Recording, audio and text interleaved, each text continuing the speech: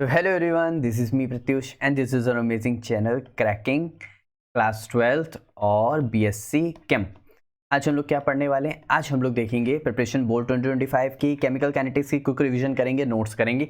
हम लोग उतना ही पढ़ेंगे जिससे हम लोग के बोर्ड में अगर पूरा 70 मार्क्स का अगर केमिकल काइनेटिक्स आ रहा है तो आप लोग के 60 मार्क्स आ जाए। इससे ऊपर हम ज़्यादा जाना भी नहीं चाहते और शायद आएंगे भी नहीं, क्योंकि हम लोग क्विक रिवीजन कर रहे हैं। अगर आप लोग ने पूरे साल पढ़ाई करी होती तो शायद 70 में 70 आ जाते। चलो स्टार्ट करते हैं। नोट्स की बात करें, लेकिन मैं पूरी कोशिश करूँगा कि आ जाए। अब ध्यान से पढ़ना, एकदम बिल्कुल माइंड खोल के, क्योंकि आप लोग अगर एग्जाम के एक दिन पहले भी देख रहे हो तो आप लोग को पूरा समझ आना चाहिए। वो तभी आएगा जब आप लोग मेरी बात ध्यान से सुनोगे। अच्छा, रेट ऑफ रिएक्शन, पहले केमिकल काइनेटिक्स में हम लोग बात करेंगे केमिकल काइनेटिक्स को लिखते कैसे हैं, केमिकल काइनेटिक्स में है क्या क्या, इस सब की बात करेंगे। तो एक हल्का सा एक पैराग्राफ में मैं आपको, मतलब एक ब्लॉक में मैं आप लोगों को सारा इंट्रोडक्शन दे रहा हूँ। पहले हमारे पास रेट होगा, ठीक है। कुछ जगह हम लोग, मत सुनना मेरी बात ध्यान से यार, कुछ जगह हम लोग अगर रेट लॉ लिखते हैं, रेट ऑफ रिएक्शन लिखते हैं या किसी चीज़ का रेट लिखते हैं, तीनों में लिखने के तरीके अलग हैं, ठीक है। या तो हम लोग क्या कहते हैं, फाइनल माइनस इनिशियल लिखते हैं, जैसे यहाँ पे, ठीक है। टाइम के रिस्पेक्ट में हो रहा है इसीलिए वो टाइम रहता है, कॉन्सेंट्रेशन के रिस्पेक्ट में हो रहा है इसीलिए वो कॉन्सेंट्रेशन रहेगा। कॉन्सेंट्रेशन का साइन इस तरह रहेगा, बिग ब्रैकेट, ठीक है। और बहुत जगह हम लोग कॉन्सेंट्रेशन सिर्फ और सिर्फ रिएक्टेंट का लिखते हैं, हम लोग प्रोडक्ट का नहीं लिखते हैं।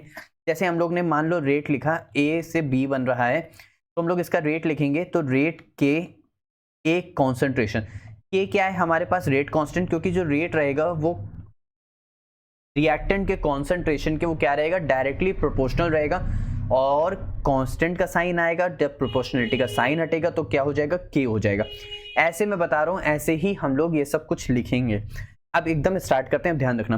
तो रेट ऑफ रिएक्शन कैसे लिखते हैं? रेट ऑफ रिएक्शन होती है चेंज इन कॉन्सेंट्रेशन, या तो रिएक्टेंट की या तो प्रोडक्ट की, और चेंज इन टाइम कितने रिस्पेक्ट में हुआ। अगर चेंज लिख रहे हैं तो डेल्टा का साइन लगाएंगे, चेंज लिख रहे हैं तो डेल्टा का साइन लगाएंगे।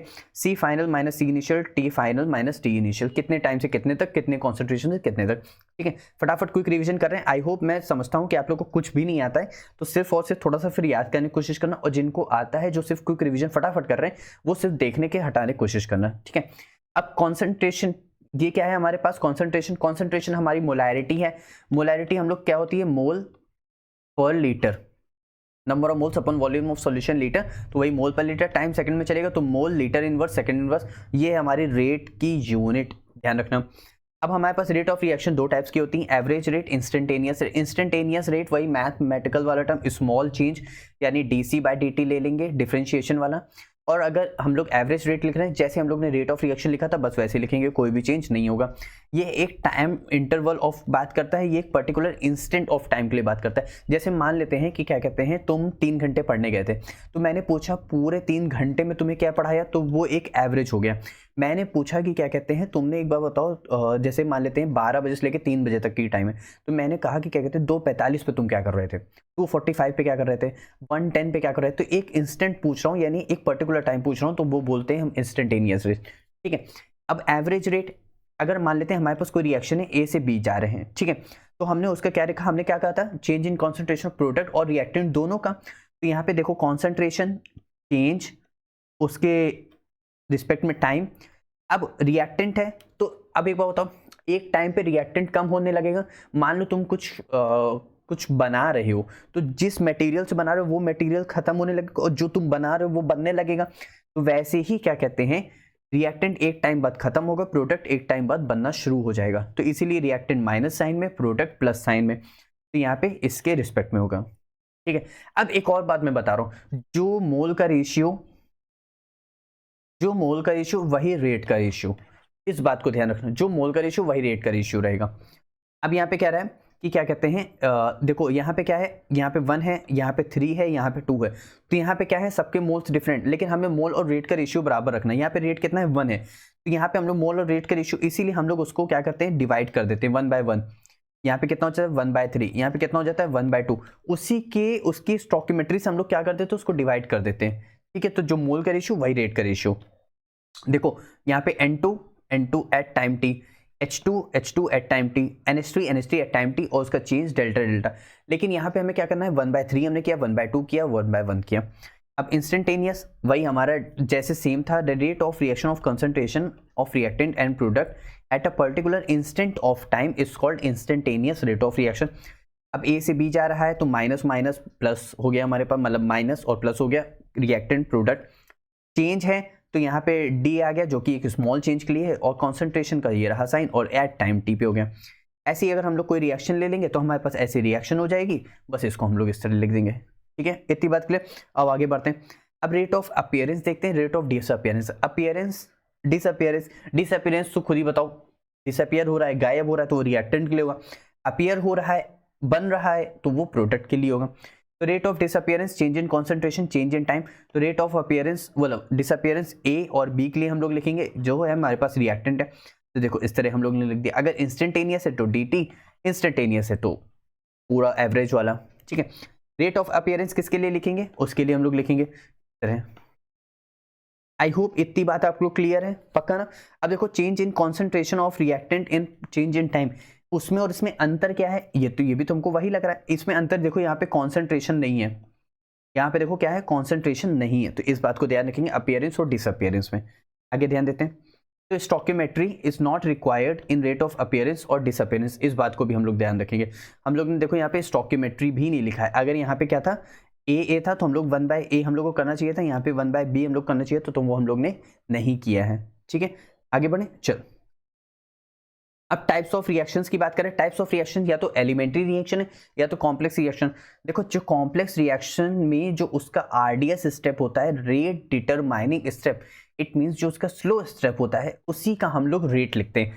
रेट लिखने का मतलब है कि rate is directly proportional to concentration of reactant. क्या है, कॉन्सेंट्रेशन ऑफ रिएक्टेंट और उसकी पावर जो भी हो। ठीक है, अब रिएक्टेंट में हमारे पास जो स्लो स्टेप होगा उसी का लिखेंगे। एलिमेंट्री रिएक्शन बस एक सिंगल स्टेप की रिएक्शन, तो हमारे पास एक ही दो रिएक्टेंट है, बस उसी का हम लोग ने क्या किया, हम लोग ने रेट लिख दिया। तो reaction in complete in single step, reaction completes in multi step. Exponents in rate law is equal to the stoichiometric coefficient of reaction, जाहिर सी बात है। और मैकेनिज्म इज मस्ट रिक्वायर्ड, भाई मैकेनिज्म होगी तभी तो कॉम्प्लेक्स रिएक्शन कितने कितने टाइप्स में हो रही है। तो जो उसका स्लो स्टेप होगा वही उसका रेट डिटरमाइनिंग स्टेप होगा, उसी का आरडीएस लिखा जाएगा। वैसे ही यहाँ पे भी इसका इस तरह रहेगा। तो उसका क्या है, एलिमेंट्री रिएक्शन। अच्छा, elementary reaction single step reaction हम लोग ने ऑर्गेनिक में पढ़ा है, SN2 reaction single step reaction. और multi step reaction SN1 reaction, जो कार्बोकैटायन बनता है फिर वो अटैक करता है, यहाँ पे बैकवर्ड साइड से अटैक करता है तो उसको कार्बोकैटायन बनने का मतलब टाइम नहीं मिलता है, जिसकी वजह से ये पेंटावेलेंट स्टेज बनाता है और ये यहाँ से फटाफट बना देता है। आई होप शायद कुछ समझ आ रहा हो, क्योंकि मैंने यहाँ पे ऑर्गेनिक की बात करी थी। तो यहाँ पे रेट किसका लिखेंगे, रिएक्टेंट का। रिएक्टेंट का जो उसकी स्टोकियोमेट्री है उसकी पावर में चले, जो स्टोकियोमेट्री है यहाँ पे है वही स्टोकियोमेट्री उसका ऑर्डर यहाँ पे होगा। अब ऑर्डर कैसे निकालते हैं, जब भी हम लोग रेट लिखेंगे डायरेक्टली प्रोपोर्शनल हटाएंगे, रेट कांस्टेंट आएगा। जो रिएक्टेंट की पावर होगा उस रिएक्टेंट की पावर का जो सम होगा a प्लस बी, जो हमारे पास वो ही होगा क्या, ऑर्डर ऑफ रिएक्शन। क्या होगा, ऑर्डर ऑफ रिएक्शन। तो यहाँ तक सभी समझ आ गया। तो यहाँ पे ऑर्डर क्या हो जाएगा, उसकी पावर का सम हो जाएगा। लेकिन ऑर्डर हमेशा कैन बी निगेटिव, या तो जीरो या तो फ्रैक्शन हो सकता है। ऑर्डर क्या हो सकता है, नेगेटिव, जीरो और फ्रैक्शन हो सकता है। ठीक है, क्योंकि अगर मल्टी स्टेप रिएक्शन भी आती है, लेकिन एक बात बताओ, अगर हम लोग, भाई जाहिर सी बात है ऑर्डर नेगेटिव जीरो फ्रैक्शन हो सकता है, लेकिन क्या मॉलिक्युलरिटी नेगेटिव जीरो फ्रैक्शन हो सकती है, नहीं। मॉलिक्युलरिटी नेगेटिव जीरो और फ्रैक्शन नहीं हो सकती। भाई आधा मॉलिक्यूल कैसे रिएक्ट करेगा, फ्रैक्शन की बात कर रहे हैं तो 1/2 हो गया, आधा मॉलिक्यूल कैसे रिएक्ट करेगा, नेगेटिव मॉलिक्यूल कैसे रिएक्ट करेगा, वो तो खत्म हो रहा है ना, तो कैसे रिएक्ट करेगा। तो कभी भी नेगेटिव जीरो मॉलिक्यूल है ही नहीं, तो रिएक्ट क्या करेगा। तो इसीलिए कभी मॉलिक्युलरिटी कभी भी जीरो, नेगेटिव और फ्रैक्शन नहीं हो सकती, लेकिन ऑर्डर जीरो, नेगेटिव और फ्रैक्शन हो सकता है। नेक्स्ट देखते हैं molecularity. Total number of molecules, atom और ion participating in an elementary reaction called molecularity. इस बात का ध्यान रखें, इज अ थ्योरेटिकल कॉन्सेप्ट, हम लोग तो देख के निकाल रहे हैं। It can not be zero. ठीक है, देखो जैसे पहला है तो इसकी मॉलिक्युलरिटी कितनी है 1, इसकी मॉलिक्युलरिटी कितनी है 2, इसकी मॉलिक्युलरिटी कितनी है 2 और 1 कितनी हो गई 3 हो गई। ठीक है, अब इसमें से अगर कुछ मल्टी स्टेप रिएक्शन है तो उनका ऑर्डर क्या हो जाएगा, चेंज हो जाएगा। Is that clear. चलो अब रेट लॉ लिखते हैं। रेट लॉ कैसे लिखेंगे, जो मैंने अभी आप लोग को बता रहा था कि हमारे पास rate is directly proportional to concentration of reactant of A. B C D कुछ भी हो सकता है, ठीक है। और यहाँ पे कांस्टेंट हम लोग साइन हटाएंगे तो हमारे पास किया जाता है रेट कांस्टेंट। तो वैसे ही the experimentally observe dependence on the reaction rate on the molar concentration of the reactant. जैसे हमारे पास ये है रिएक्शन, उसका हम लोग रेट लिखना है, तो यहाँ पे इसका कॉन्सेंट्रेशन में लिखा, ठीक है। इसकी जो स्टोकियोमेट्री है वो पावर में चली जाएगी और यहाँ पे रह जाएगा के, और के क्या है हमारे पास, रेट कांस्टेंट, ठीक है। रेट कांस्टेंट के हम लोग कैसे यूनिट निकालेंगे, रेट की यूनिट अभी हम लोग ने देखी थी क्या थी, मोल पर लीटर पर सेकेंड, ठीक है, यही थी। और ये भी नीचे कॉन्सेंट्रेशन आ जाएगा, तो कॉन्सेंट्रेशन क्या हो जाएगा, मोल पर लीटर हो जाएगा। चलो आगे ध्यान देते हैं, यहाँ पे क्या है, the rate constant of a reaction is equal to the rate of reaction when concentration of each of the reactant. मतलब जो रेट कांस्टेंट है वो इक्वल है किसके, रेट ऑफ रिएक्शन के, when the concentration of each reactant, कोई भी reactant हो, कितना भी रिएक्टेंट हो, किसका, उसका कॉन्सेंट्रेशन का, ठीक है। अब यूनिट ऑफ के की बात करें तो हमारे पास क्या फॉर्मूला आ रहा है, mole 1 minus N litre n minus 1 S inverse, ठीक है। यहाँ पे क्या है, फॉर ए गैसियस रिएक्शन के लिए तो वो मोल लीटर हट करके एटीएम आ जाता है, एटीएम की पावर 1 माइनस एन अगर देता है तो, मतलब एक एग्जाम्पल टाइप में। अब लेकिन ये तो बहुत हमें टफ लग रहा है, हम इसको और सिंप्लीफाई कर देते हैं। सिंप्लीफाई कैसे, हमने कर दिया मोल पर लीटर की पावर 1 माइनस एन और पर सेकेंड, हमने सिर्फ इतना सिंपल, और भी सिंपल कर दिया, ठीक है। अब n क्या है, n हमारा है ऑर्डर ऑफ रिएक्शन, क्या है, n है हमारा ऑर्डर ऑफ रिएक्शन। मतलब अगर n 0 है तो n की वैल्यू 0 पुटअप करोगे तो 0 ऑर्डर रिएक्शन की यूनिट आ जाएगी, 1 पुटअप करोगे तो 1 ऑर्डर रिएक्शन की यूनिट आ जाएगी, 2 पुटअप करोगे तो सेकंड ऑर्डर रिएक्शन की यूनिट आ जाएगी। तो इसीलिए सारी यूनिट अगर आप लोग भूल जाते हो, कोई भी यूनिट अगर आप लोग भूल जाते हो तो सिर्फ क्या ध्यान रखना है, मोल पर लीटर की पावर 1 माइनस एन पर सेकेंड, या फिर चाहो तो इसको ध्यान रख सकते हो, कोई इशू नहीं है।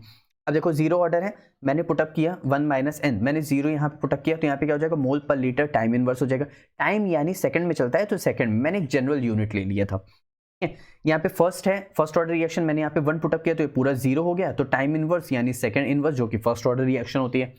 2 पुटअप किया तो मोल इनवर्स रहेगा, सिर्फ लीटर रहेगा, और टाइम यानी सेकंड इनवर्स हमारे पास रहेगा। अब आगे बढ़े, चलो आगे बढ़ते हैं। हमारे पास क्या है, 0 ऑर्डर रिएक्शन। अब देखो हम लोग के पास पूरा वो जो डेरिवेशन पूरा सॉल्व करके आती है, हम लोग से डेरिवेशन नहीं पूछता, हम लोग से डायरेक्ट क्वेश्चन देगा, क्वेश्चन में उस फॉर्मूले को अप्लाई करेंगे और हम लोग डायरेक्ट आंसर निकाल के फिनिश कर देंगे। आप लोग पास कैलकुलेटर तो रहेगा ही। यहाँ पे क्या है, 0 ऑर्डर रिएक्शन, मान लेते हैं ए से कोई प्रोडक्ट बन रहा है तो उसका रेट कैसे लिखेंगे, इस तरह अभी हम लोग ने ऊपर लिखना देगा। तो इसी रेट को आगे पूरा डेरिवेशन पूरा सॉल्व करके हमारे पास जो इंटीग्रेटेड यूनिट आती है, क्या आती है, integrated rate law. Integrated rate law जो हमारे पास आता है वो ये आता है, KT is equal to A not minus AT, KT is equal to A not minus AT। ये हमारा इंटीग्रेटेड रेट लॉ, लॉ के टर्म में नहीं है 0 ऑर्डर, लॉ के टर्म में फर्स्ट ऑर्डर है।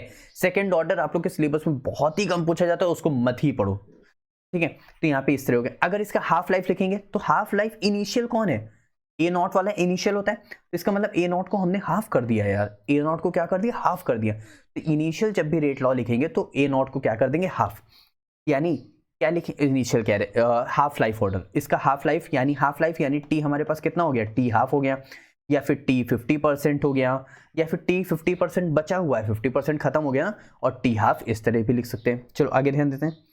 यहाँ पे हमने क्या कर दिया, हम लोग क्या करेंगे, ए नॉट बाय 2 कर दें, क्यों, क्योंकि इनिशियल कंसंट्रेशन को हम लोग क्या कर दें, उसको फाइनल कंसंट्रेशन आधी खत्म हो चुकी है, तो उसमें से इनिशियल कंसंट्रेशन हाफ बची होगी, व्हेन टी हाफ हो गया होगा, तो T half is equal to A not by 2 के। अब एक ये फॉर्मूला और एक ये फॉर्मूला, ये दोनों फॉर्मूले सबसे ज्यादा इंपॉर्टेंट है, तो इसको बहुत अच्छे से ध्यान रखेंगे। ये दोनों फॉर्मूले आपको बहुत अच्छे से ध्यान रखने हैं। ये हमारे किसके लिए, 0 ऑर्डर रिएक्शन के। यूनिट तो हमें पता ही चल गई, अरे हमें सारी यूनिट भूल गया, बस खाली मुझे ये सर फॉर्मूला याद था, 1 माइनस एन सेकेंड इनवर्स। मैं यहाँ पे 0 पुटअप करूंगा, मुझे सारी यूनिट आ जाएगी। ऐसे करते करते आपको बाकी भी यूनिट्स याद हो जाएंगे। इसका मतलब जो टी हाफ है, देखो वो डायरेक्टली प्रोपोर्शनल किसके, ए नॉट। ए नॉट क्या है हमारे पास, इनिशियल कॉन्सेंट्रेशन, क्या है, इनिशियल कॉन्सेंट्रेशन। इसका मतलब जो ए नॉट है वो इनिशियल, यानी जो 0 ऑर्डर का जो टी हाफ है यानी हाफ लाइफ है, वो ए नॉट यानी 0, उसका जो इनिशियल कंसंट्रेशन उस पर डायरेक्टली प्रोपोर्शनल, उस पर डिपेंड करता है। लेकिन यही चीज फर्स्ट ऑर्डर नहीं करता। और जल्दी से देख लेते हैं। अच्छा एक ग्राफ देख लेते हैं जो कि हमारे लिए बहुत ज्यादा इंपॉर्टेंट है, चाहो तो डायरेक्टली याद कर डालो। देखो अगर यहाँ पे हम लोग ने रेट वर्सेस कॉन्सेंट्रेशन किया, कॉन्सेंट्रेशन किया है हमारा ए की पावर क्या है 0, यानी ये तो पूरा 1 हो गया। अब भाई रेट के डायरेक्टली प्रोपोर्शनल कुछ भी हो, क्या है कांस्टेंट है, तो कैसा भी हो तो वो स्ट्रेट लाइन जाएगी, एक पहला ये। दूसरा हमारे पास क्या था, AT is equal to A0 minus AT। एक इस इक्वेशन से हम लोग ग्राफ बनाते हैं, तो हम लोग ने क्या किया, AT वर्सेस A0 के टर्म में ले रहे हैं। किसके टर्म में, AT वर्सेस T के टर्म में, ठीक है। तो यहाँ पे AT वर्सेस T के टर्म में लेंगे, यहाँ पे है AT, ठीक है, यहाँ पे ध्यान रखेंगे। तो A0 minus AT is equal to KT। हमने क्या किया, AT को अलग कर लिया, तो A0 उधर चला गया, तो यहाँ पे इधर चला जाएगा, तो इस तरह ये इधर आ जाएगा, तो माइनस साइन उधर आ गया, तो यहाँ पे y की जगह आ गया इज इक्वल टू ये हो गया C माइनस का mx। अब माइनस का mx प्लस C, तो यहाँ पे ध्यान दो, यहाँ पे क्या है, इसका स्लोप कैसा है, निगेटिव आ रहा है, क्योंकि m इसका कैसा है, निगेटिव है, तो इसीलिए क्या है, स्लोप कैसा हो गया, निगेटिव हो गया इसका। अब यहाँ पे ध्यान देते हैं, A0 वर्सेस टी हाफ वाला भी तो हमने पढ़ा था, दोनों डायरेक्टली प्रोपोर्शनल है, वो बढ़ेगा तो वो भी बढ़ जाएगा, बस इतनी बात क्लियर। अरे एक बार फिर से देख लेते हैं, यहाँ पे हमारे पास क्या, यहाँ पे AT है बच्चों, तो ध्यान रखना AT minus A0 is equal to KT। तो हमने AT को अलग किया, तो हमारे पास ये इक्वेशन बनी, तो ये y की जगह आ गया, यहाँ पे y आ गया, ये हमारे पास C है, ये माइनस mx है। अब माइनस mx है तो निगेटिव है, तो नीचे आएगा इस तरह। चलो आगे ध्यान देते हैं। अब हमारे पास फर्स्ट ऑर्डर रिएक्शन आ गई। फर्स्ट ऑर्डर रिएक्शन का सिर्फ एक इक्वेशन है, उसको हमेशा के लिए ध्यान कर लेना, 1 और 2 हाफ लाइफ के लिए। तो एक मान लेते प्रोडक्ट बन रहा है, तो उसका रेट कैसे लिखेंगे, a की पावर 1 यानी फर्स्ट ऑर्डर बता रहा है। इसको हम लोग ln के टर्म में लिखते हैं, तो हमारे पास जब उसकी डेरिवेशन सॉल्व करते हुए आते हैं ना, तो इस तरह इक्वेशन आती है ln। अब ln minus ln a minus ln b, इसको हम लोग लिख सकते हैं ln a अपॉन b। ये लॉग का फॉर्मूला है, ये लॉग का टर्म है, इसको हटाओ, ये सब हटाओ, तो हमारे पास आखिरी में ये इक्वेशन आती है AT is equal to A0 e की पावर माइनस का KT। इस बात को ध्यान रखना। अब इसी को जब लॉग के टर्म में पूरा सॉल्व करोगे, तब हमारे पास आखिरी में ये इक्वेशन आती है, ठीक है। KT is equal to 2.303 log A initial concentration A minus x कितना कम हो रहा है। मान लेते हैं जैसे रिएक्शन हमारी 50% कंप्लीट हो चुकी है, तो यानी A upon A minus x, यानी ऊपर था 100% इनिशियल, तो 100 माइनस 50 हो गया, इतना कंप्लीशन हो रही, ठीक है। तो अब T, बहुत लोगों ने सर KT, यहाँ पे तो T नीचे होता था, अरे तो इस T को नीचे उतार लो, क्या दिक्कत है। अगर हमें K चाहिए तो T इज इक्वल टू रखो, K नीचे उतार लो, तो ये फर्स्ट ऑर्डर रिएक्शन हमारी रहेगी, इस बात को ध्यान रखना। अब इसका T हाफ कैसे लिखेंगे और देख लेते हैं। T हाफ का मतलब फिर से जो हमारा फाइनल कंसंट्रेशन है वो हाफ हो चुका है, तो T भी हाफ हो चुका है, तो इसको हम लोग जब सॉल्व करते हैं तो हमारे पास आता है 0.693। अब ये क्या लिखा हुआ है, ln2, अरे ln यानी log 2, ठीक है। अब यानी log 2 यानी 2.303, इतनी बात क्लियर। और 2 की वैल्यू कितनी होती है, 2.303 हमारे पास आ जाएगा, तो इसको हम लोग सॉल्व करेंगे, तो यहाँ से हमारे पास आता है 0.693 डिवाइड बाय K, इतनी बात क्लियर। अब T half first order reaction देखो इंडिपेंडेंट है इनिशियल कॉन्सेंट्रेशन के, क्योंकि ऊपर तो एक वैल्यू है और नीचे तो रेट कांस्टेंट है, तो उससे तो कोई फर्क ही नहीं पड़ता है, तो इसीलिए T हाफ जो होता है वो इंडिपेंडेंट रहता है इनिशियल कॉन्सेंट्रेशन के, और डिपेंडेंट कौन रहता है, हमारा जीरो ऑर्डर का रिएक्शन, जो कि क्या है हमारे पास T half is equal to A0 by 2K, और नीचे सिर्फ क्या है K। अब हमारे पास एक बहुत इंपॉर्टेंट टर्म है जो कि बहुत बार पूछा जाता है, वो है हमारे पास आर्हेनियस इक्वेशन, जिसकी इक्वेशन ये डायरेक्ट है। वहां पे क्या था, KT, यानी हम लोग अगर डायरेक्ट लिखते हैं तो हमारे पास क्या था, A, इस तरह AT, जैसे वहां पे क्या था हमारे पास AT माइनस का A0 is equal to KT, zero order, और यहाँ पे हमारे पास क्या है, K is equal to AE की पावर माइनस का EA बाय RT, जो कि हमारी क्या है, आर्हेनियस इक्वेशन। इसी को हम लोग फर्दर सॉल्व करते हैं, तो हमारे पास आ जाता है log K2 अपॉन K1, यहाँ पे आ जाता है EA, यहाँ पे आ जाएगा 2.303R, और यहाँ पे आ जाएगा हमारे पास 1 अपॉन T1 माइनस का 1 upon T2।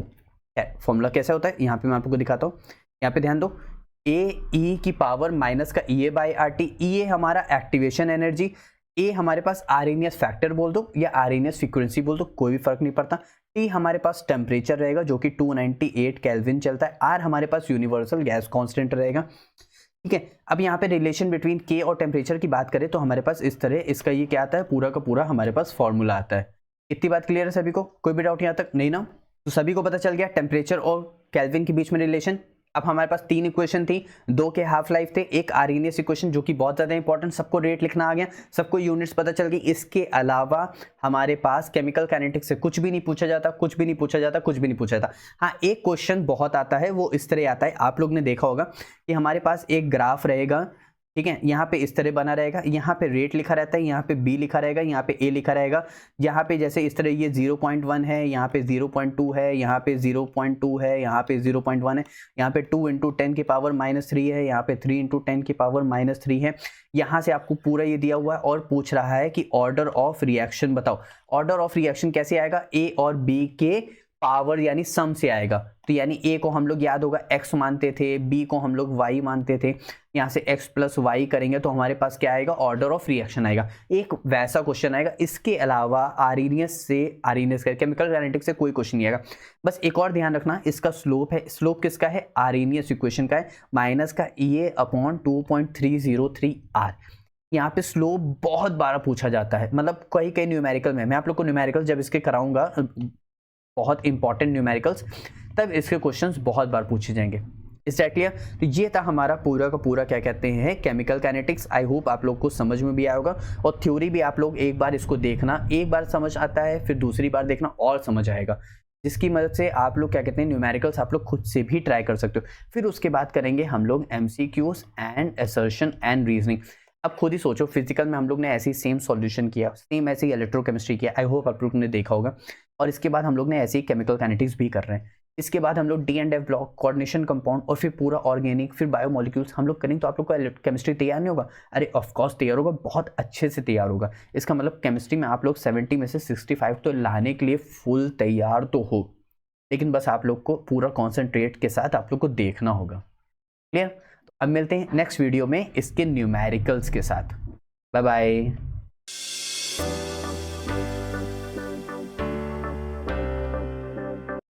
Hello everyone, this is me Pratyush and this is our amazing channel Cracking Class 12th और BSc Chem। अच्छा, आज हम लोग क्या पढ़ने वाले? आज हम लोग देखेंगे जो क्लास 12th है हमारा, उसकी हम लोग प्रिपरेशन करेंगे बोर्ड 2025 की। केमिकल काइनेटिक्स चैप्टर है और न्यूमेरिकल्स के साथ चलेंगे। नोट्स हम लोग कर चुके हैं, अगर आप लोग ने नहीं देखा है तो जाओ जल्दी से देख के आओ। स्पेसिमेन पेपर, बोर्ड पेपर और जितने भी उसके ईयर्स हैं उसमें हम लोग सारे क्वेश्चंस को करेंगे, और उससे मिसेस हम लोग ने सारे क्वेश्चंस को लिए क्योंकि हम लोग क्वेश्चंस की प्रैक्टिस तो कर लें अच्छे से, तभी तो हम लोग एग्जाम दे पाएंगे। ठीक है, और चलो स्टार्ट करते हैं। देखो, सिर्फ नोट्स, फिजिकल केमिस्ट्री का एक बहुत अच्छा रूल है, सिर्फ नोट्स पढ़ के आप लोग न्यूमेरिकल सॉल्व नहीं कर सकते हो, सिर्फ न्यूमेरिकल पढ़ के आप लोग का नोट्स से कुछ नहीं हो सकता है। तो आप लोग को दोनों तो पढ़ने ही पढ़ेंगे, ठीक। और सेम एज ऑर्गेनिक में भी है। ऑर्गेनिक की तो भाई थ्योरी एकदम अलग है, उसके क्वेश्चन ही एकदम अलग है। चलो स्टार्ट करते हैं। क्वेश्चन नंबर 1 से कह रहा है जो पार्ट, मतलब जो भी थोड़ा बहुत भी अगर छूट गया होगा नोट्स में तो वो न्यूमेरिकल्स में कवर हो जाता है, और अगर जो थोड़ा बहुत छूट गया होगा न्यूमेरिकल्स में तो वो कवर हो जाता है MCQs and assertion and reasoning में। क्वेश्चन नंबर 1 में क्या कह रहा है? द रेट कांस्टेंट पूछ रहा है, ठीक है, for first order reaction becomes 6 time when the temperature increased. अच्छा, ये वाला तो हमारे पास दो फॉर्मूले में थे। पहला वाला कौन सा था? K = A की पावर माइनस का EA/RT, लेकिन ये यहाँ पे तो चलेगा नहीं, यहाँ पे टर्म आएगा हमारे पास लॉग के टर्म में। लॉग कौन सा फॉर्मूला था? log K2/K1 = EA हो जाएगा, अपॉन में क्या हो जाएगा? 2.303 R। टेम्परेचर यहाँ पे हो जाएगा 1/T1 माइनस का 1/T2। लेकिन मुझे यहाँ पे टेम्परेचर ये लिखना ज़्यादा अच्छा लगता है, T1 × T2, ऊपर क्या हो जाएगा? T2 - T1। मुझे ये ज़्यादा सही लगता है। ये MCQ, मतलब MCQ कह रहे हैं, ये LCM हटाओ। अब यहाँ पे कह रहा है rate constant for first order reaction become 6 times. इसका मतलब जो हमारे पास जो K2 है वो 6 टाइम्स है K1 के। तो यानी मैं इसको क्या लिख सकता हूँ? मैं इसको पूरा यहाँ से अगर हटाता हूँ तो मैं यहाँ पे 6K1 लिख सकता हूँ, ठीक है। K1 से K1 मर जाएगा तो हमारे पास आ जाएगा log 6। log 6 की वैल्यू हमारे पास होती है जहां तक 0.77 कुछ 8 ऐसी ही कुछ होती है। आप लोग कैलकुलेटर से भी निकाल लेना, तो 0.7 भी कर सकते हो अगर कैलकुलेशन शॉर्ट करना चाहते हो तो।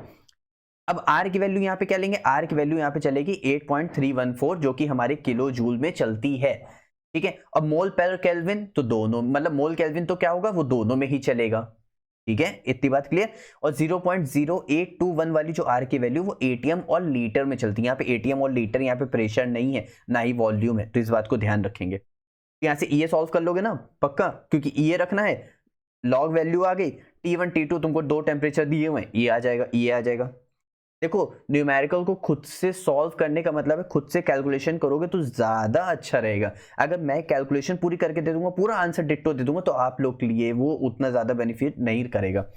अच्छा यहाँ पे एक और बात करते हैं, अगर हमारा आंसर जूल में आ रहा है, हमें उसको किलो जूल में लाना है। क्यों? क्योंकि आर की वैल्यू तो हमने उसमें रखी, तो हम लोग क्या करेंगे, 1000 से डिवाइड कर देंगे। ठीक है, आओ डिवाइड करेंगे, ध्यान रखना। अब यहाँ पे कह रहा है the data and the given below, ठीक है, ए और बी पूछ रहा है, show the data rate of reaction between the this. ठीक है, अच्छा rate of reaction compound, show the data to reduce the rate reaction between A and B. ठीक है, हमको क्या करना है यहाँ पे ध्यान दे। अच्छा यहाँ पे डेसीमीटर क्यूब पर सेकंड में दे रखा हुआ, ठीक है, उससे मतलब नहीं है। यहाँ पे कॉन्सेंट्रेशन से मतलब है, इसका मतलब हम किसी एक का कॉन्सेंट्रेशन उठाएंगे। अगर मान लो हमें यहाँ पे ऑर्डर निकालना होता, क्या निकालना होता, ऑर्डर, तब कैसे निकालते, तो बस वही चीज़ है। और यहाँ पे ध्यान देते हैं, पहले हम लोग क्या लिखेंगे, रेट लॉ लिखेंगे, rate is equal to K concentration of A concentration of B. ठीक है, यहाँ पे मान लेते हैं एक्स और यहाँ पे मान लेते हैं वाई। ठीक है, अब हमको किसी एक पहले रेट को उठाएंगे, किसी एक रेट को उठाओ। देखो ऐसा कुछ उठाया करो जिसमें ए सेम हो या बी सेम हो। तो हम मान लेते हैं, हमने क्या किया, हमने इन दोनों को उठाया। तो यहाँ पे पहला वाला क्या है, 1.10 इंटू 10 की पावर -4, और हमारे पास k इज इक्वल टू, ए हमको दिया हुआ है 0.15 की पावर x और b दिया हुआ है 0.30 की पावर y। ठीक है, ऐसे ही अब हम दूसरा भी लिख लेते हैं, 4.40 इंटू 10 की पावर -4, यहाँ पे हो जाएगा k, और यहाँ पे हमारे पास आ जाएगा 0.30 जाएगा x, और ये यहाँ पे हो जाएगा 0.30 जो कि हो जाएगा y। तो देखो y पूरा मर जाएगा। ठीक है, यहाँ पे ध्यान दो, यहाँ पे ये पूरा कट जाएगा, यहाँ पे ये पूरा कट जाएगा, तो यहाँ पे आ जाएगा 1/4, जाहिर सी बात है। और यहाँ पे आ जाएगा हमारे पास 1/2, यानी x की वैल्यू मेरे पास कितनी आ जाएगी, 2 आ जाएगी। ठीक है, ऐसे ही आप लोग क्या करोगे, y की वैल्यू कैलकुलेट करोगे, फिर दोनों को ऐड करोगे, तो हमको यहाँ से क्या मिल जाएगा, ऑर्डर ऑफ रिएक्शन मिल जाएगा। अब मान लेते हैं, चलो मैं मान लेता हूँ, मैंने अब की बार क्या किया, मैंने 2 और 3 ले लिया, 2 और 3 लिया है। तो अब यहाँ पे ध्यान दो, यहाँ पे कितना हो जाएगा, 1/2, यहाँ पे कितना हो जाएगा, 1/2, यानी ये पूरा पूरा कट के 1 हो जाएगा। ठीक है, और लेकिन ये 4 1 जा 4 और ये 4 2 जा 8, तो यानी यहाँ पे कितना हो जाएगा, 2 हो जाएगा, यानी यहाँ पे कितना हो जाएगा, 2 हो जाएगा। तो यानी यहाँ पे कितनी वैल्यू आएगी, यहाँ पे वैल्यू आएगी 2, यानी यहाँ पे कितनी आएगी, 3 2 जा 6 और 5 2 जा यानी 2। अच्छा इधर भी 2 है, इधर भी 2 है, सॉरी। तो यहाँ पे कितना हो जाएगा, ऑर्डर कितना हो जाएगा, 1 हो जाएगा, यानी y की वैल्यू कितनी आ जाएगी, 1। x की वैल्यू कितनी निकाली, 2, तो 2 + 1 यानी ऑर्डर कितना हो जाएगा, 3 हो जाएगा। कुछ समझ आए? चलो आगे बढ़ते हैं। Half life period T half दे रखा है, रेडियो एक्टिव C14 5730। अच्छा टी हाफ दे रखा हुआ है ना, यानी टी हाफ का हमारे पास फॉर्मूला क्या था, 0.693/k। तो हम k को उधर ले लेते हैं, तो k is equal to 0.693 divided by 5730। ठीक है, तो यहां से सॉल्व करोगे तो यहां से हमारे पास क्या आ जाएगा, k आ जाएगा, सिंपल था यार। अब कह रहा है 80%, अच्छा N ancient period has only 80%। ध्यान रखना 80% कंप्लीशन नहीं दिया हुआ है, तो इसीलिए क्या कहते हैं, a/a - x मत कर देना, यानी 100/100 माइनस 80 करके 100/20 मत कर देना, यानी ये 5 log 5 मत कर देना, ये पूरा का पूरा गलत है, इस बात को ध्यान रखना। यानी यहाँ पे 80% पे रुक गया है, इसका मतलब यानी यहाँ पे क्या होगा, वैल्यू पहले फॉर्मूला क्या लिखोगे, फॉर्मूला लिखोगे t is equal to 2.303 divide by k log initial concentration upon final concentration.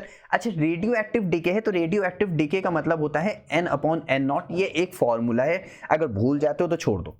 तो इज इक्वल टू, पहले हमारे पास कितना होगा, 100%, कितना हो गया 80%, तो हम इसको ऐसे लिख सकते हैं, कोई इशू तो नहीं है ना, यानी 0 से 0 मर जाएगा, 1 0, तो यानी ये कितना हो जाएगा 1/0.8। तो मैं यहाँ पे 1/0.8 लिख दूं, पक्का कि मैं काम करता हूँ, ऊपर 10/8 कर देता हूँ, यानी 10/8 को अगर मैं लिखूंगा तो 2 5 जाए 2 4 जा, यानी 4 1 जा 4 4 2 जाए 4 5 जा, यानी लॉग आ रहा है मेरे पास 1.25। ऐसे नहीं कर सकते, इसको ऐसे कर लो, लॉग a अपॉन बी है ना, तो log a माइनस बी हो जाएगा, यानी log 5 माइनस log 4। अगर आपको log 5 और log 4 की वैल्यू पता है तो यहाँ पे डायरेक्ट log आ जाएगा, आपको log 1.25 की वैल्यू पे भी नहीं जाने की जरूरत है। यहाँ से k की वैल्यू हम लोग ने यहाँ से फाइंड करी थी, तो यहाँ से हमारा t आ जाएगा। क्यों t क्यों पाएगा? क्योंकि पूछ रहा है calculate the age of the piece of the wood. Age पूछ रहा है ना, तो टाइम पूछ रहा है, कितना टाइम का होगा, तो वही चीज है। ठीक है, और आगे ध्यान देते हैं, समझ आया ना पक्का? ठीक है, क्वेश्चन नंबर 4 में क्या कह रहा है? आप देखो 50% कंप्लीटेड है, ठीक है, तो 40 मिनट है at this temperature, 20 minutes completed at this temperature, calculate the E a पूछ रहा है। अच्छा एक बात बताओ, log K2 अपॉन K1, तो ईए तो हमारा यहीं से आएगा, ईए अपॉन 2.303 बाय आर, यहाँ पे क्या है T2 माइनस T1 अपॉन में T1 इंटू T2, यही से होगा। अच्छा टी हाफ का फॉर्मूला कहां से आएगा? तो टी हाफ यानी k is equal to 0.693 divide by T half. पहले कितना टी हाफ कंप्लीट हुआ था? 40 मिनट में, यानी टाइम 40 मिनट। फिर दूसरा कितना कंप्लीट हुआ है यहाँ पे? 0.693 डिवाइड बाय 20। ये है हमारा K2, ये है हमारा K1। K2 वाला ऊपर हो जाएगा, तो 0.693 डिवाइड बाय 20, नीचे कितना हो जाएगा? 0.693 डिवाइड बाय 40, तो ये पूरा कट जाएगा, यानी 21 अपॉन 2 ऊपर चला जाएगा, इसका मतलब log कितना आ गया? 2 आ गया, और ये पूरी वैल्यू और ये पूरी वैल्यू इसके बराबर में हो जाएगी। समझ आया? तो EA हमको फाइंड करना है 2.303, ठीक है, R 8.314, टेम्परेचर T2 320, T1 300, यानी 20 हो जाएगा, यानी 20 अपॉन 320 इंटू में 3 हो जाएगा, बस सब कुछ सॉल्व हो जाएगा। समझ आया?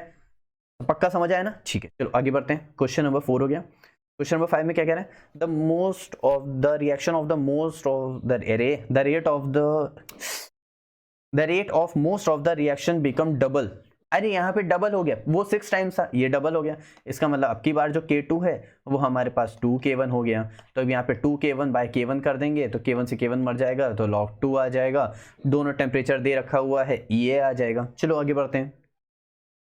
क्वेश्चन नंबर 6 में क्या कह रहा है? भाई ये सारे वही क्वेश्चंस हैं जो सारे स्पेसिमेन पेपर, बोर्ड पेपर जो लास्ट ईयर सब कुछ आया है, तो बिल्कुल भी ये मत सोचना कि क्या कहते हैं ये सब क्वेश्चंस मेरे डिसाइड है, बिल्कुल भी डिसाइड नहीं। आप नोट्स देखो, आप न्यूमेरिकल्स देखो, आप एमसीक्यूज देखो, एसेशन रीजन देखो, आपका चैप्टर डेफिनेटली तैयार होगा, लेकिन ये आपके ऊपर है कि आप कैसे तैयार करते हो।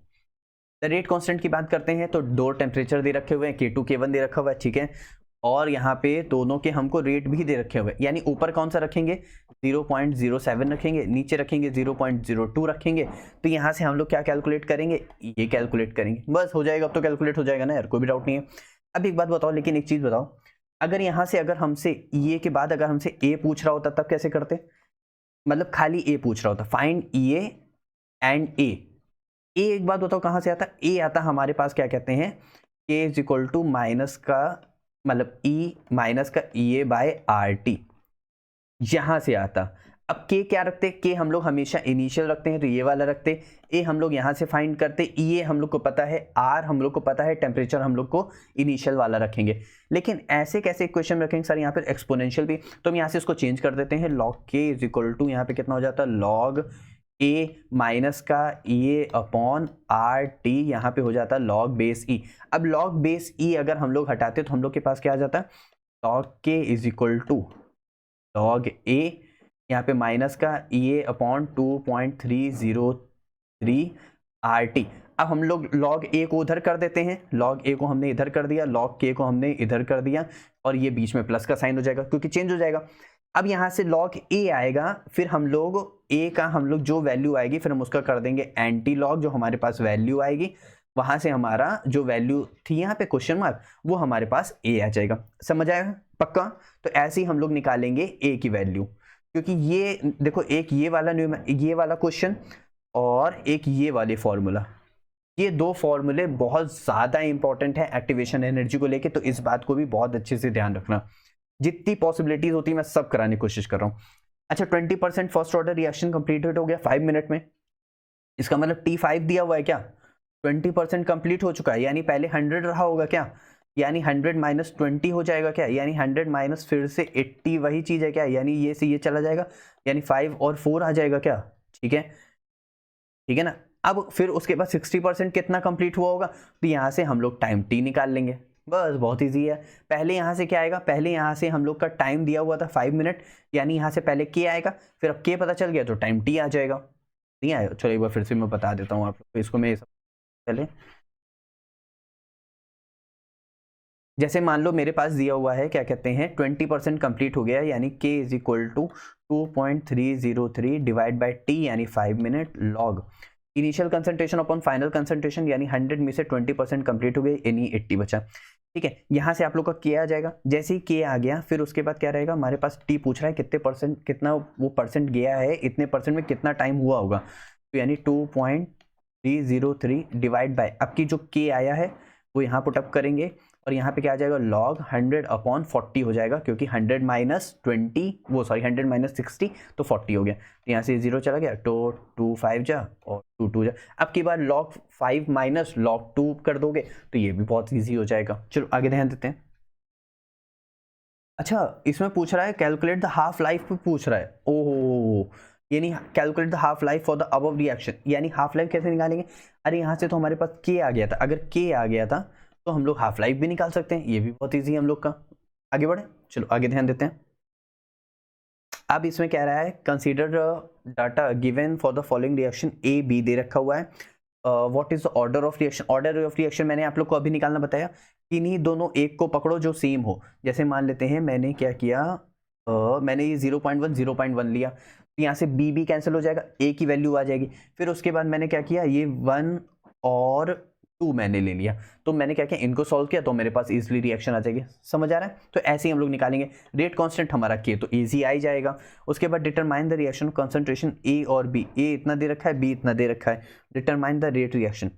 अच्छा, जब हम लोग का ऑर्डर आ जाएगा, मान लेते हैं मेरे पास एक का ऑर्डर 1 आया एक का ऑर्डर 2 आया, तो उसका हम लोग कंसंट्रेशन रखेंगे, जो हम लोग का पहले हम लोग का क्या आएगा, पहले हम लोग का क्या आएगा, पहले हम लोग का ऑर्डर ऑफ रिएक्शन आएगा, ठीक है, यानी रेट इज इक्वल टू ए की पावर, मान लेते हैं सपोज कर रहे हैं कि x की वैल्यू हमारे पास 1 आ रही है और y की वैल्यू हमारे पास 2 आ रही है, यहाँ पे हमने 1 रखा है, यहाँ पे हमने b की जगह हमने यहाँ पे 2 रख दिया, ठीक है। हमने रेट कांस्टेंट तो हम लोग निकाल ही लेंगे, तो रेट कांस्टेंट हमारे पास आ गया, ठीक है। अब यहाँ से हम लोग ए का हमका कंसंट्रेशन हमको दिया हुआ है 0.2, तो 0.2 की पावर 1 और यहाँ पे दिया हुआ है 0.3 की 5 पावर 2, तो यहाँ से जितना भी यहाँ पे मान लेते हैं हमारे पास रेट आ गया 2 इंटू 10 की पावर -3, तो यहाँ से हम लोग का क्या आ जाएगा, रेट आ जाएगा। अब समझ आया पक्का, चलो आगे ध्यान देते हैं। ये सेम सिमिलर वैसा ही क्वेश्चन था, इसीलिए मैंने इसको थोड़ा सा फास्ट किया है। For the first order reaction, when 100 gram of the reactant is taken 75 of the reactant 8 minutes. If the 200 of the reactant is taken, how much time 150 of the reactant will react? बताएं।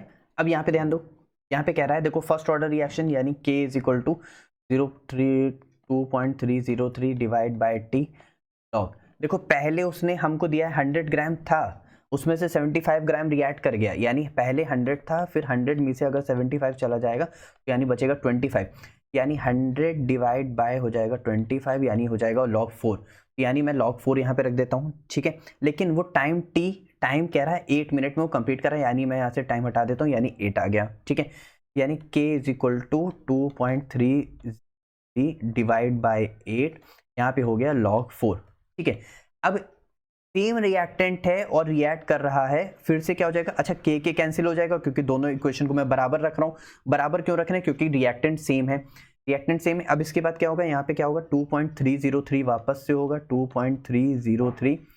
अच्छा, अब की बार का time नहीं पता है, अब की बार का जो इनिशियल कंसंट्रेशन है वो 200 है, क्योंकि 200 है तो 200 में से 150 अगर जा रहा है तो कितना बचेगा, यहाँ पे बचेगा 50, तो यहाँ पे 0 0 चला गया, यानी 5 4 जो 20। यहाँ पे भी log 4 की वैल्यू सेम है, तो यानी log 4 से log 4 चला जाएगा, 2.30 चला जाएगा, यानी टाइम तो मेरे पास डायरेक्ट 8 मिनट ही आ गया यार, और तो कुछ आ ही नहीं सकता भाई, जाहिर सी बात है। यहाँ पे ध्यान दो, देखना है ध्यान से भाई, यहाँ पे 50 बचा, 200 में से 50 चला गया तो यानी 150 चला गया, तो यानी 50 बचा, तो यानी ये पूरा कैंसिल हो गया, तो 5 4 जो 20, यहाँ पे 4 आया, यहाँ पे 25 4 तो यहाँ पे log 4 आया, log 4 तो पूरा ही कैंसिल हो गया। उसके बाद 2.303 कैंसिल हो गया, तो डायरेक्ट टी हमारे पास कितना बचा, हमारे पास डायरेक्ट 8 मिनट बचा। आगे ध्यान देते हैं। अब इसके बाद क्वेश्चन नंबर 10 कह रहा है radio active substance emit alpha particle follows first order reaction, the half life period radioactive 30 hours, calculate the percentage fraction radio active in 30 minutes. अच्छा देखो, उसने हाफ लाइफ दे रखा है रेडियो एक्टिव हमको 30 आवर में, ठीक है। इसका मतलब अगर हम लोग के निकालेंगे तो यहाँ पे आ जाएगा 0.693 डिवाइड बाय टी हाफ, यानी हम लोग 30 रख देंगे, यानी हमसे हमारा के आ जाएगा, ठीक है। अब जब रिएक्शन हमारी 90% कंप्लीट हो रही है, नहीं, radioactive which remain after 90 hour, यानी हम लोग को टाइम दे रखा हुआ है वो। अब क्या करें, पहले तो हम लोग का 30 आवर में तो रिएक्शन इतना सब्सटेंस कंप्लीट हो गया, अब हम लोग से कह रहा है calculate the percentage radioactive which remain after 90 hour. अब हम लोग का यहाँ से के आ गया है, तो हम लोग यहाँ से t is equal to 2.303 upon में K log A initial upon A T final हो जाता है। अब यहाँ से अगर हम लोग को t दे रखा है, t कितना दे रखा है, 90 आवर दे रखा है, तो हम लोग ने 90 आवर्स रख दिया। 2.303 के कहाँ से आएगा, के यहाँ से आएगा, तो यहाँ पे के क्वेश्चन मार्क बना देता हूँ। लॉग, अब ए नॉट हम लोग मान लेते हैं कि हमारा कितना जा रहा होगा, हमारा 100% हो रहा होगा। 100 में से हमारा 80 कितना हो रहा है वो हमको नहीं पता है, क्योंकि भाई इतना ज़्यादा वो पहले मतलब कितना यूज़ हो, कितना बच गया है 90 मिनट्स में आफ्टर, तो वो हमको फाइनल वाला तो पता नहीं है। तो हमने यहाँ से हम लोग क्या करेंगे, एक चीज़ करते हैं, देखो हम लोग के को इधर मल्टीप्लाई कर देते हैं, तो 90 इंटू में के अपॉन में 2.303, इधर क्या हो जाएगा लॉग 100। अच्छा लॉग ए अपॉन बी है तो हम लॉग ए माइनस बी कर देते हैं, लॉग 100 माइनस लॉग 80 अगर हम लोग कर दे तो कोई इश्यू तो नहीं है। तुम खुद ही समझना, देखो यहाँ पे रेडियो एक्टिव कह रहा है, तो मैं यहाँ से n बाय एन नॉट वाले फॉर्मूले से नहीं जा रहा हूँ, वो बहुत ज़्यादा टिपिकल हो जाता है, बहुत ज़्यादा बच्चों को परेशानी भी होती है। ये फॉर्मूला बच्चों सबने पढ़ रखा होता है, तो इसीलिए मैं इस फॉर्मूले से जा रहा हूँ जिससे आप लोगों को कोई तकलीफ नहीं होगी। पहले हम लोग ने टी हाफ से हम लोग ने के निकाला 30 मिनट से, तो हमारे पास के आ गया, के आ गया, के आ गया। अब फॉर्मूला क्या होता है, ए नॉट अपॉन 80, हम लोग को इनिशियल कंसंट्रेशन हम मान लेते हैं 100 होगी, कितना 90% जब हो गया है टाइम, तो कितना बच गया होगा, कितना स्टिल रिमेन रहा होगा वो हम लोग को नहीं पता, तो इसका मतलब फाइनल नहीं पता, तो 80 नहीं पता है। तो अब यहाँ से क्या आ जाएगा, हमारे पास log 100 उधर ले लेंगे, log 100 क्या हो जाता है 2 हो जाता है, तो उधर क्या हो जाएगा, ये इधर 2 प्लस में आ जाएगा, बाई इधर माइनस में इधर प्लस में आ जाएगा, तो हमारे पास क्या आ जाएगा log 2 आ जाएगा, मतलब 2 आ जाएगा, log 100 की वैल्यू 2 होती है। अब यहाँ से log 80 हमको इधर जितना भी मेरे पास मान लेते हैं मेरे पास z आ गया, तो हम लोग क्या करेंगे, इस 80 इज इक्वल टू हम लोग z का एंटी लॉग ले लेंगे, तो यहाँ से हम लोग को कितना मिल जाएगा, यहाँ से हम लोग को मिल जाएगा 80। मैं बता रहा हूँ आप लोग को 80 आप लोग का लगभग 12% के करीब आएगा। अब 12% के करीब आ रहा है, 12.7 समथिंग कुछ आएगा। यहाँ से जब इतना आएगा तो हम इसको फ्रैक्शन में करेंगे तो हमारा 87% कुछ हमारा आंसर आएगा, ठीक है। अब आगे ध्यान देते हैं, इसमें क्वेश्चन नंबर 15 में क्या कह रहा है, क्वेश्चन नंबर 15 आ गए इतनी जल्दी, अरे क्वेश्चन नंबर 10 है और ये क्वेश्चन नंबर 11 है। मैं कहूँ यार क्वेश्चन नंबर 15 कहाँ से आ गया, क्वेश्चन नंबर 10, फिर रहा क्वेश्चन नंबर 11। चलो अब जल्दी क्वेश्चन नंबर 11 भी देख लेते हैं। क्वेश्चन नंबर 11 क्या कह रहा है, suppose 50 bacteria are placed in a flask containing nutrients so they can multiply study 35 degree Celsius given following results, ठीक है। टाइम दे रखे हैं, बैक्टीरिया दे रखे हैं, टाइम मिनट में दे रखे हैं, तो 0 से 15 जा रहा है, 15 से 30, अच्छा सब में 15 मिनट्स का है, यानी सब में जो टाइम है, टाइम गैप कितना है 15 है। अच्छा नंबर ऑफ बैक्टीरिया 100 से 200, 200 4, 8 और 16, यानी नंबर ऑफ बैक्टीरियाज बढ़ते जा रहे हैं और टाइम कितना है हमारे पास 15, यानी टाइम अगर स्टिल हमारे पास चल रहा है तो यानी यहाँ से ऑर्डर जो चल रहा है फर्स्ट ऑर्डर रिएक्शन चल रहा है।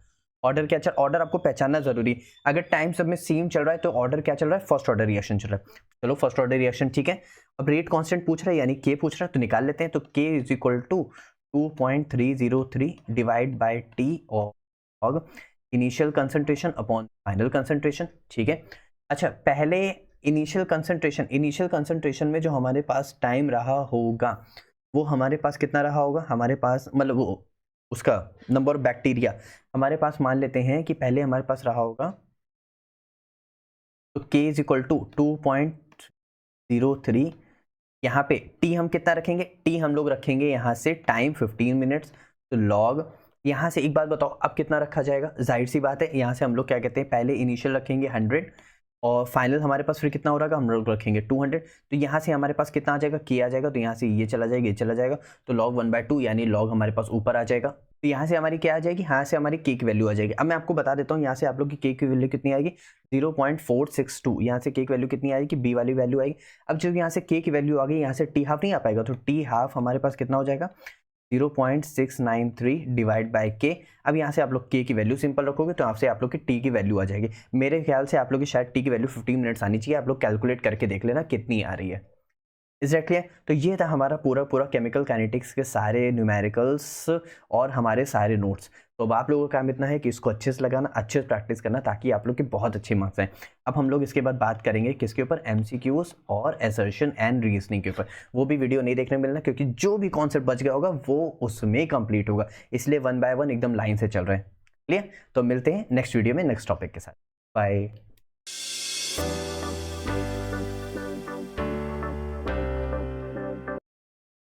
तो hello everyone, this is me Pratyush and this is our amazing channel cracking class 12 और बीएससी केम। आज हम लोग क्या पढ़ने वाले हैं? आज हम लोग पढ़ेंगे क्लास 12 प्रिपरेशन बोर्ड 2025 के लिए। अच्छा, ये आप लोग के लिए बहुत अमेजिंग रहने वाला है, क्योंकि एमसीक्यूज और असर्शन एंड रीजनिंग पे बात होगी। चैप्टर क्या चल रहा है? Chemical kinetics. जैसे कि हम लोग इसके नोट्स प्लस इसके न्यूमेरिकल्स कर चुके हैं। अगर आप लोग ने नहीं देखा है तो उस वीडियो में भी देख के आओ। तो स्पेसिमेन पेपर की बात करते हैं। स्पेसिमेन पेपर और बोर्ड पेपर दोनों में से मैंने सब में से जितने हो सके थे मैंने क्वेश्चंस उठाए हैं। इसके बाद भी अगर कुछ क्वेश्चंस बचे तो मैंने वो अपनी तरफ से लिए, ताकि आप लोग की प्रिपरेशन बहुत अच्छी हो। तो क्वेश्चन नंबर 1 में क्या कह रहा है? जितने भी कॉन्सेप्ट थे वो नोट्स में क्लियर हो गए, फिर उसके बाद न्यूमेरिकल्स में, और जितने बच गए थे वो सब क्लियर होंगे एमसीक्यूज में। इसमें कह रहा है first order reaction when 100 gram is taken 75 gram of reactant in 8 minute. ठीक है, 200 ग्राम ऑफ सेम रिएक्टेंट है और 150 ग्राम में कितना टाइम लगेगा। इसका मतलब अगर हम लोग यहाँ पे बात करें किसकी, पहले में हम लोग को के निकालना पड़ेगा। K is equal to 2.303 divide by T log.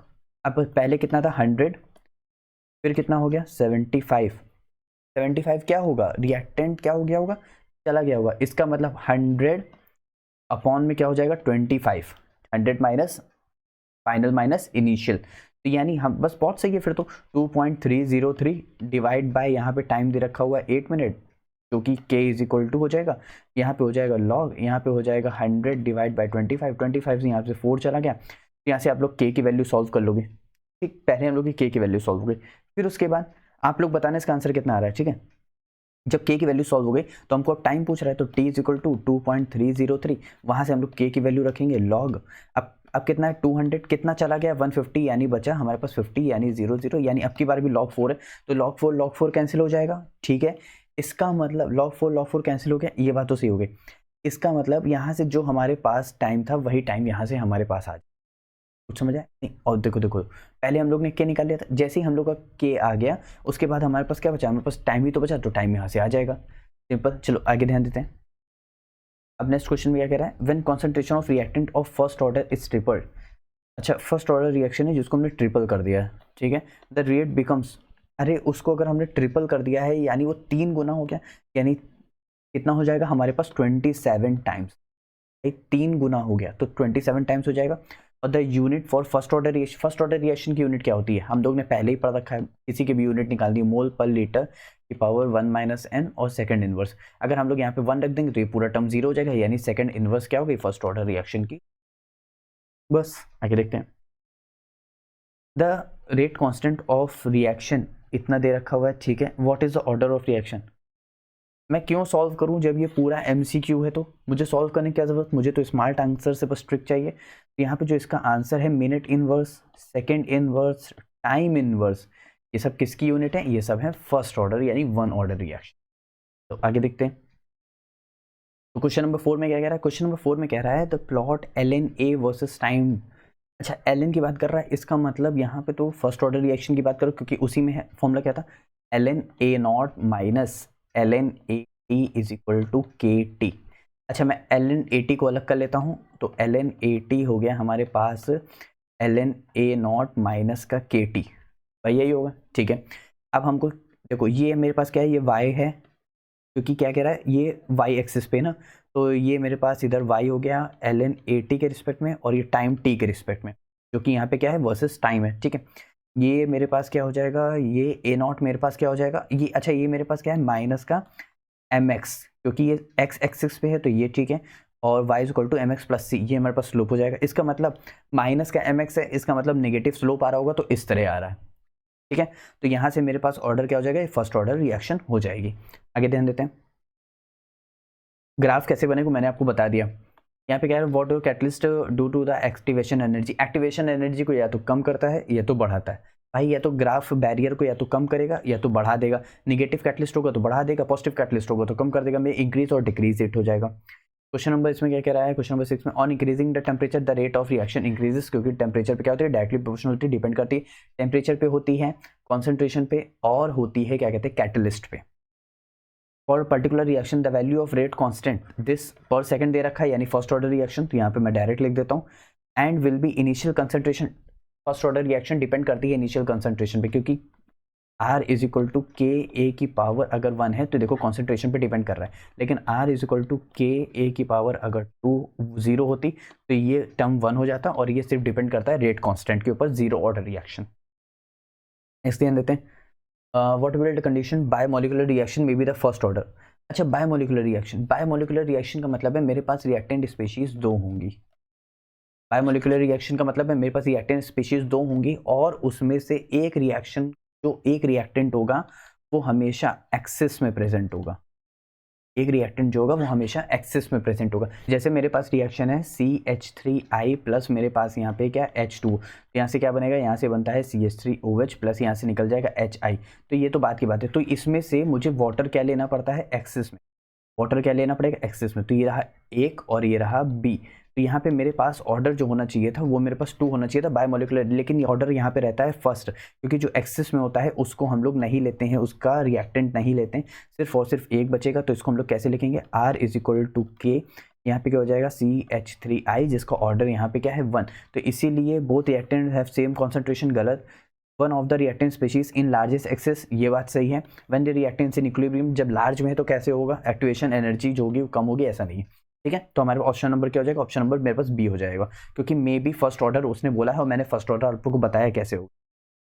Question number 9 में क्या कह रहा है, हाइड्रोलिसिस ऑफ इथाइल एसीटेट। अरे वाह, अब की बार फिर से वाटर है, तो यहाँ पे क्या है CH3I तो प्लस H2O। अगर हम इसको समझ लें इथाइल एसीटेट को, तो यहाँ से क्या हो जाएगा, ये हमारे पास एक्सिस में हो जाएगा। अगर ये मेरे पास एक्सिस में हो जाएगा तो सिर्फ कॉन्सेंट्रेशन इसका रह जाएगा और 1 रह जाएगा, तो मेरे पास हो जाएगा। अच्छा, इसको हम लोग सूडो ऑर्डर रिएक्शन भी इनको हम लोग बोलते हैं, जिसमें से हम लोग एक को हटा देते हैं, तो उसको हम लोग बोलते हैं सूडो फर्स्ट ऑर्डर रिएक्शन। तो यहाँ पे भी अगर होना चाहिए था तो सूडो फर्स्ट ऑर्डर रिएक्शन, क्या होना चाहिए था, सूडो फर्स्ट ऑर्डर रिएक्शन। आगे ध्यान देते हैं यहाँ पे क्वेश्चन नंबर 10 में क्या कह रहा है, for the first order reaction the half life period T half is proportional to the initial concentration. भाई टी हाफ का फॉर्मूला क्या होता है, टी हाफ हमारे 0.6 के, ठीक है। अब यहाँ पे किसी पे भी डिपेंड नहीं कर रहा है, तो इनिशियल कंसंट्रेशन यहाँ पे, तो इनिशियल कंसंट्रेशन तो है ही नहीं, यहाँ पे भी इनिशियल कंसंट्रेशन, यहाँ पे भी नहीं, यानी यहाँ पे independent to the initial concentration होने थे, जो कि इसका डी पॉइंट वो हमारे पास सही होता। नेक्स्ट क्वेश्चन देखते हैं, order of reaction will respect to the reactant can be 0, positive, negative, fractional. हाँ, जाहिर सी बात है, ऑर्डर 0 भी हो सकता है, पॉजिटिव भी हो सकता है, नेगेटिव भी हो सकता है, फ्रैक्शनल भी हो सकता है, ठीक है, असर्शन तो सही है। Rate of reaction can decrease with increase in concentration of reactant and product. Rate of reaction can not decrease, rate of reaction में भी डिक्रीज हो सकता है, वो तब कब होगा, वो होगा जब हमारे पास क्या कहते हैं, जो हमारे पास नेगेटिव कैटलिस्ट का मतलब मे भी हो सकता है, तो इसीलिए इसका रीजन फॉल्स हो जाएगा, असर्शन ट्रू हो जाएगा, इस बात का भी ध्यान रखना। Which of the following statement is not correct for the catalyst? अच्छा, catalyst rate of forward reaction को बढ़ाती है, ठीक है। It alter delta G, rate of reaction सिर्फ स्पीड अप करती है रिएक्शन को, उसमें से डेल्टा जी का उससे कोई रोल नहीं है, फ्री एनर्जी का कोई मतलब नहीं। इसका मतलब यानी ऑप्शन नंबर बी क्या हो जाएगा, मतलब सही हो जाएगा। It the substance does not change the equilibrium constant of reaction. जाहिर सी बात है, अगर इक्विलिब्रियम में है तो कैटलिस्ट से कोई मतलब ही नहीं होता। It provide an alternate mechanism by reducing activation. हाँ, reducing activation energy, catalyst use करते हैं तो एक्टिवेशन एनर्जी बैरियर कम हो जाता है, जिसकी वजह से रिएक्टेंट जो होता है वो प्रोडक्ट में क्या हो जाता है, कन्वर्ट हो जाता है। Next question, the rate of reaction is the rate of change of concentration of reactant और प्रोडक्ट। हाँ, जाहिर सी बात है, सही है। Rate of reaction remains constant during the complete reaction, rate of constant तो वैसे कांस्टेंट रहेगा, तो पूरी रिएक्शन तक वो कांस्टेंट ही रहता रिमेन। क्वेश्चन नंबर 14 में क्या कह रहे हैं, यहाँ पे है, ठीक है, for the this reaction rate of reaction is always sum to the stoichiometric coefficient of a reactant special balance chemical reaction. नहीं, गलत है ये, क्योंकि रीज़न इसका गलत कैसे हो जाएगा? रीज़न यहाँ पे इसलिए गलत है क्योंकि वो वहाँ पे स्टोइकोमेट्रिक कोफिशिएंट के ऑलवेज इक्वल नहीं, कभी कभी मे नॉट भी इक्वल रहता है, तो इसीलिए यहाँ पे इसका रीज़न तो गलत हो जाएगा। असर्शन, इसका असर्शन यहाँ पे CH3 इसका असर्शन सही है। ठीक है, अब आगे बढ़ते हैं। यहाँ पे कह रहा है the rate law of A to B से प्लस C में जा रहा है, यानी यहाँ पे अगर रेट ऑफ रिएक्शन B को अगर हम डबल कर रहे हैं तो 2, तब अगर R is equal to K A, यहाँ पे क्या है 2B, अगर इसको हम लोग 2B कर रहे हैं, keeping the concentration of A constant कर रहे हैं, तो value of constant, rate constant की क्या होनी चाहिए, यानी the value of rate constant K। भाई K की यहाँ पे रेट कांस्टेंट है पहली बात, अगर कॉन्सेंट्रेशन के ऊपर रेट कांस्टेंट यहाँ पे फैक्टर नहीं करता है, मतलब कहने का है अगर कॉन्सेंट्रेशन हम इंक्रीज करते हैं तो हमारे पास कोई भी फैक्टर डिपेंड नहीं करता है, जो रेट एज इट इज़ रहता है वैसे ही रहेगा। मतलब समझे, मतलब कह रहा हूँ कि जो है हमारे पास अगर हम लोग कॉन्सेंट्रेशन को अगर हम लोग इंक्रीज करते हैं उससे रेट के ऊपर कोई फर्क नहीं पड़ता है, rate will be remain same. तो इसका मतलब अगर यहाँ पे रेट 1 है तो यहाँ पे रेट 2 जो रहेगा वो बराबर ही रहेगा, तो यहाँ पे 10 सेम हो जाएगा, नहीं सेम नहीं होगा, मतलब 1 और 2 हो जाएगा, तो यहाँ पे डबल हो जाएगा, बस बाकी किसी से फर्क नहीं पड़ेगा।